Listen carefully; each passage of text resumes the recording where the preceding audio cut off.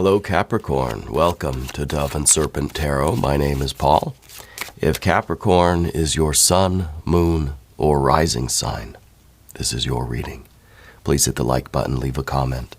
Consider subscribing to the channel, especially if this reading resonates with you. It's totally free, doesn't cost you anything. If there's anything you would like me to pray over, or meditate upon, or send positive energy toward, please let me know. Now, this is going to be a general reading, so try to be open and receptive to whatever may come through during our time together.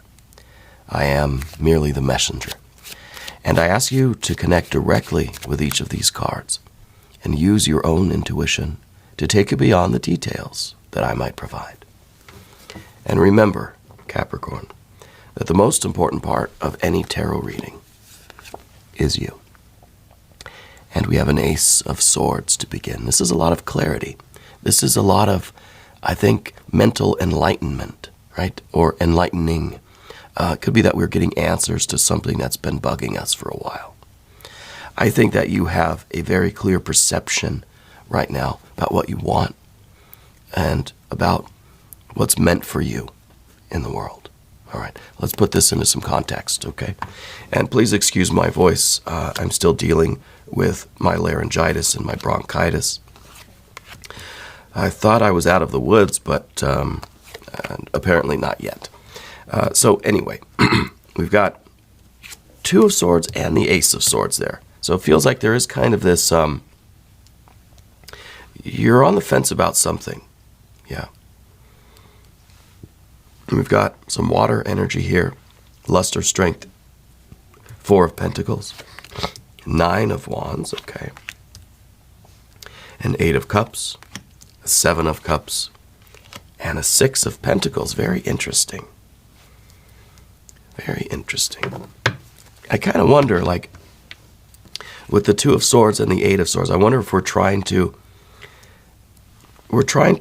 find some sort of insight into this, into the environment, into something that kind of feels like it's meant for us, kind of feels like it doesn't, right? Sometimes the Eight of Cups is glass half full or glass half empty. It's kind of like, should I be excited about this or should I be kind of scared of it? Yeah? Should I go after this and accept this, or should I avoid this at all cost? Yeah.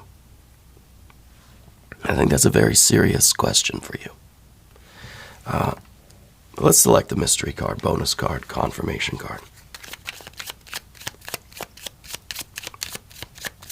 This is a random card from the Smith-Waite Tarot. We're going to put Tiny Bob Ross right there on top. Happy little Bob. Now, we're not going to look at that card until the very end, but it will tie everything together. It will give us the confirmation that we need at the end of the reading. All right. If at any point during the reading you feel like you know what that card is, I want you to put your prediction down in the comments. Let's do it together. Let's make it a group exercise in intuition. And please excuse me if I hit the cough button a few times during the reading. I'm trying to make it through, but it's a struggle, as you can tell. Anyway, let's take a look around the room here. We've got fire. We've got water, water, water. We've got a little bit of air, a little bit of earth. And we've got these two major arcana energies. And even the major arcana energies are kind of, they're kind of on the fence, right? And I wonder if this is kind of what we're up against. Trying to decide, do we go luster, strength, or do we go hanged man? Is this something that I need to avoid, give up, sacrifice, not take? Or is this something that I can be confident assimilating, taking into myself, enjoying it, right? Consuming it.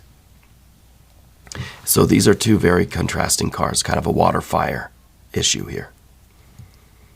Okay, and I think you are on the fence about something. I think that with the let's talk about the Ace of Swords first.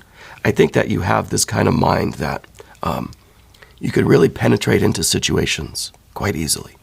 I think your friends, your family members, they come to you for advice. Perhaps you read the cards.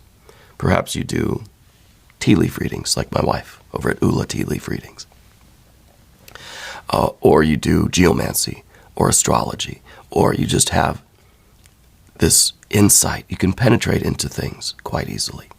You have a very keen mind. But perhaps not so much when it comes to ourselves. Or perhaps not in this situation. You're usually of one mind. You usually have this straightforward idea, like, I know what I'm doing. I know what I need to do. There's really not a lot of like wishy-washiness with you. Yeah. I think you've been on a rather straight and narrow path for a while. But then, suddenly, now, there's this fork in the road. Now we got two swords. Now, suddenly find yourself with another direction that seems just as good as the current direction, right? And that, I think, is what we're looking at in the environment with this Eight of Cups. Is this something that is meant for you, and should you turn your attention this way, or should you say, no, I'm sticking to the path that I've been on, right? The Two of Swords is usually that kind of decision. We need to get off the fence about it. But how, right? How do we decide what is the best course of action? This is a serious thing. This is something that could change the rest of your life. And the problem here is that you may not even realize that there's this fork in the road. You know, it could be that we're driving. We think we've been going straight. Somehow we got onto this other road. We have to bring our focus back. We have to bring our attention back to right here, right now, so that we can see that, yeah, some serious things are going on. Because this is major arcana energies. We may think that we've been on this particular path, or we could say this particular path. We may not have noticed that there was an interchange, okay? What we've got down at the bottom is this Four of Pentacles. This is our stable life. We feel that we have most of the answers. We feel that we've set our lives up in such a way that it's steady, stable, safe, secure. It's a routine. We're on track. Things are good, you know. We've got a certain stability that gives us a sense of safety and security. But the Four, like any of the fours, it's kind of an illusion. There's a lot of other cards come after it. Five, right? The next one is the Five. So when we take this certainty and we add it to our stability, we get change. We get a Five. We get the Four, what we thought was a very stable and secure. I had no questions. Everything was just kind of smooth sailing. Now suddenly we realize that this is a serious issue. There's either maybe you're finding yourself on a different course, or you realize now that there's this split in the road and you've got to make a decision, right? Very serious. So I think that it's sometimes our confidence and our certainty that gets us in trouble, right? Because it can be too much faith, too much confidence in something that is inherently not particularly stable. We think it is. It feels like it is right now, but it's always on the brink of change. The Four is always just one more card away from being a Five, from being change. Yeah. So we then have this water energy on both sides. And I kind of feel like I feel like we're on this horizontal kind of path, right? And the change is it's something that we have to embrace or adapt to, or we have to have the courage and the bravery to realize that we're on a different course, that we've gone through this interchange, and now we're on this new course, but we have to live it, you know. And maybe part of the excitement there is that it has taken us out of this routine. maybe it's the fact that, hey, somehow I found myself on this detour, and you know what? I kind of like it. Because in the back here, we've got the Prince of Cups. This is someone who's trying to live authentically. And this is kind of saying that we've had this preconception of who we are. And that's who we're trying to be. That's how we're trying to live. This is my being. This is my magical self. And I'm making decisions based on what this person would do. Right? And that's what we think living authentically is. I've defined myself, and now I'm living my life based on who this person is. Yeah. And then we get into this stability, this security, this safety, and we think that we know. I know what Paul would choose every step of the way. No surprises, right? Until you wake up one day and realize that somehow it got off course. Somehow, I don't know who Paul is anymore. Somehow we got on this track, and this isn't what Paul would do, right? So we either suffer with that, we either take the kind of hanged man approach. And this is, if we're on this course, this is our highway. And we've defined ourselves, we know exactly what decisions to make every step of the way. There's nothing left for us to do, right? There's no volition there. There's just this passive yielding that we've set this water in motion, and we're just surfing it. We're just riding that wave. So in some ways, that is a sacrifice of your true self, right? Because you've defined, and anytime we define something, we separate it, right? It becomes mutable. It becomes changeable. We think that there's stability in that, but this what is a rigid definition is really just separating us from the rest of the universe, from the rest of ourselves. Okay, so it's kind of counterproductive. And the hanged man, I think, is that sacrifice. And this might even be a situation where you really feel drawn to this other path, but we feel like, no, that's not what Paul would do. I have to stay on this course. And so we're sacrificing that part, right? We're denying ourselves that kind of fulfillment because we feel falsely, I think, we falsely believe that it is not part of who we are, that it's not meant for us. Sometimes we think things are not meant for us when they really are, and vice versa. But I think on this interchange now we've realized that the ace plus the 4 creates a 5. Now we're on this interchange, and what we've done is instead of us going this way, we thought we were just traveling this smooth highway, right? Now we've made this interchange. Now we're here. Now we're realizing that the stability was a false stability, and the lust or strength card is kind of the indulgence in unpredictability, in spontaneity, in things not being predictable. This is the card of surprises. This is the card of listening to what our soul is after. What are your appetites? These things that you may think are for you, but you're trying to convince yourself that they're not, right? Those mean something. Those mean something. So this is now the courage to rise higher. Instead of thinking we're on this horizontal path, I have to keep my life in this straight line. Now we're not just on this, let's say, 2-dimensional plane. Now we've added 3, 4, 5, 7, 10 dimensions, right? Now we're transcending what these self-imposed limitations are. And now I want to go to the path of the serpent. And as I do this, I'd like to ask for your subscription. If you haven't subscribed yet, please do. It's totally free. It doesn't cost you anything. And I don't usually sound like this either, I promise, okay? Leave some comments for me. Let me know how you're doing.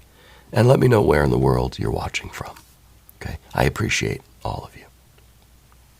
Okay, so the Nine of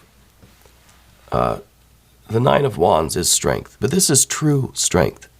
This is the inner strength. This is the strength that says, I can explore who I am. I can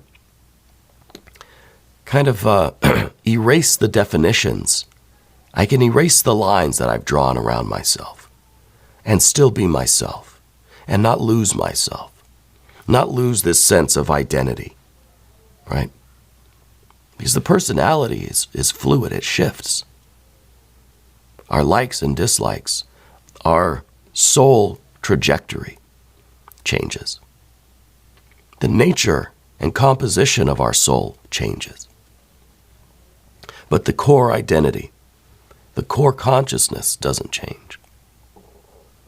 The essence is still you. So this is the strength that we can endure all of these different highways and byways and interchanges and different paths and different roads and still be essentially ourselves. Because we don't need to define ourselves this way. So then when something comes along that's outside of that definition, it feels alien and foreign. But if we don't have those definitions, then everything we encounter can be part of our definition, right? Maybe we just got to draw the lines in pencil so we can erase, we can let new things in.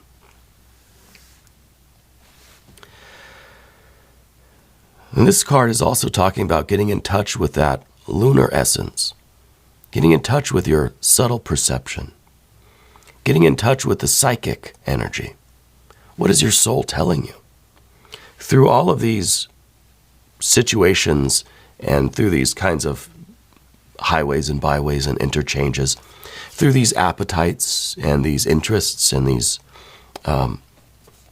new experiences, what is your soul telling you about itself, about you? Getting in touch with the unconscious, right? Sun and moon conjoined. And that's what gives us a sense of self, a sense of strength, a sense of identity, but a fluid identity, right? It's a semi-permeable membrane that we have. And then, of course, we got this water energy, and this was the Eight of Cups in the environment. This is something that either you feel is for you, but you're denying yourselves, or you feel like is not for you, but you're trying to kind of force it into this picture because that's part of the definition, right? So it could go either way. But this is the kind of mixed feelings about something in your world, the mixed relationship that we have with our desires and appetites, our interests, right? The parts of our personality that we're at odds with because it just doesn't match with who we thought we were, okay? And this could cause a lot of disturbance in our psychic life. It could cause a lot of depression, pessimism, loss of hope. Yeah. This is kind of the card of hopelessness. But it's looking at the glass half empty. Maybe the glass is half full. It really depends. Maybe it can be both. You know, what we really are trying to avoid is sinking deeper into this quicksand, because this is an issue. This is a really serious thing happening that could really get you stuck. And we could really be grieving here. This is the Seven of Cups. It's in the position of what we don't want. Sometimes this card is grief or depression, some kind of emotional energy that clings to us. It's very sticky. It's hard to get clean of it. Right? Very sticky. So this is what we're trying to avoid. But sometimes in this situation, it's hard not to feel this way. It's hard not to feel like any choice I make is the wrong choice. Anything I feel, is it the wrong feeling? Is it the right feeling? Right? Is this part of who I am, or is this something else? And this is that either or thinking. That is the Two of Swords.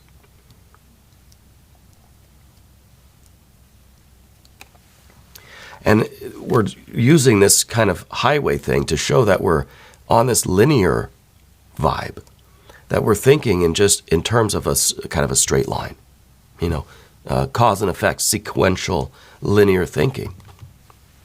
And that's the either or. Either this is for me or it's not. Either I like this or I don't. But what we see with the Luster Strength card is that we're rising above. We're transcending the linear thinking, which is also implicit in this Two of Swords, because this is talking about rising above the duality, the false dichotomy, the black and white thinking, and invoking the lunar essence. See, this card is all about the lunar perception, rising above the two swords, the two options, yes or no, black or white, and tapping into the psychic energy, the transcendent function of intuition.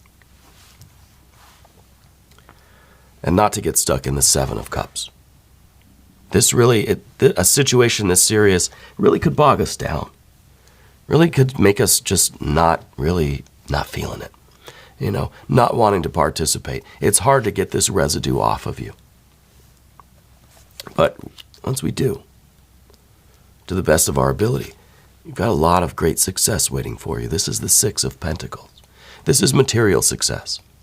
This is, but see, there's also a lunar connection with this too. It's the moon in Taurus. Having this idea of a harmony and a structure and a resonance, similar to a four, right? But the four is the illusory boundaries. The six, this is just a shining light. It almost looks like it doesn't have boundaries, right? It looks like it's just a really bright kind of blinding light. And this is the ability for us to, it's the semi-permeable membrane. And that's really the harmony and resonance of life, is to have the ability to adapt and change, right? To be just a pile of contradictions. To love things and hate them at the same time. To hold two opposing viewpoints in mind and have there be no conflict. Right? To not get stuck in the Seven of Cups, because I know I can't believe two different things. You know, this can't be meant for me, but then not meant for me. And that is enough to twist us up. And Seven of Cups, right? But we get out of that and we say, yeah, sometimes this is for me, sometimes it's not. It could be both at the same time, right? So I think that there is this serious, almost a cognitive dissonance happening in your life right now. And I'm hoping that it allows you to further realize your own inner light. Yeah. And let that light shine without trying to put these kind of boundaries on it. I want to look at the mystery card, though, now. I want to see what that's all about. Maybe we need some more healing water. Maybe a Six of Cups to go with our Six of Pentacles.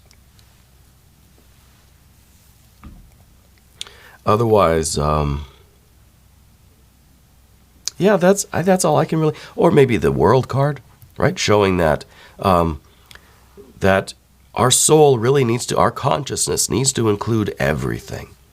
That we should not put any kind of borders or restrictions on ourselves based on who we think we are at any given moment. So I'm kind of thinking a world, world soul sort of thing. If you have a prediction, though, put it down in the comments. Okay. Either a Six of Cups or the World. No, it's the Page of Cups. And this is okay too. This is the fish in the percolator. This is the idea that, you have certain expectations. You've tried to define yourself in such a way that you know what things are and what they mean and what to do with them. But then the universe gives you a fish in your goblet, right? What the heck are we supposed to do with that? So this is embracing the unexpected, looking for things that feel out of place. Look for things that make you feel a little twisted up or confused or challenged, because that's where the real growth is. And that's how we get to this ever-expanding Six of Pentacles. That's just getting bigger and bigger and bigger. Your world is expanding and expanding and expanding, because we're not squaring it off. We're not limiting it. Right? We want to be the circle, not the square. Right? And no whammies. But this is the novelty. This is looking for things that seem, like I said, seem out of place, to figure out why they're there for you. So when you see this crossroads, this interchange, this fork in the road, we have to explore that. Why is it here? There's a reason why things get presented to our consciousness. There's a reason why you're aware of what you're aware of. Our senses can only take in a fraction of the energy that's kind of bombarding us constantly. Our senses, our neurological system, our minds filter out 99% of the energy around us. Right?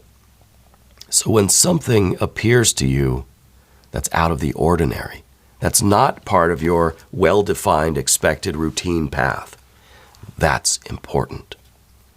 Because there's a reason why your filters have let that weird thing in, when usually filters it out, keeps you on a certain. So look for the novelty, look for the synchronicities, look for the glitches in the matrix. Explore your dreams, your fantasies, your unconscious contents.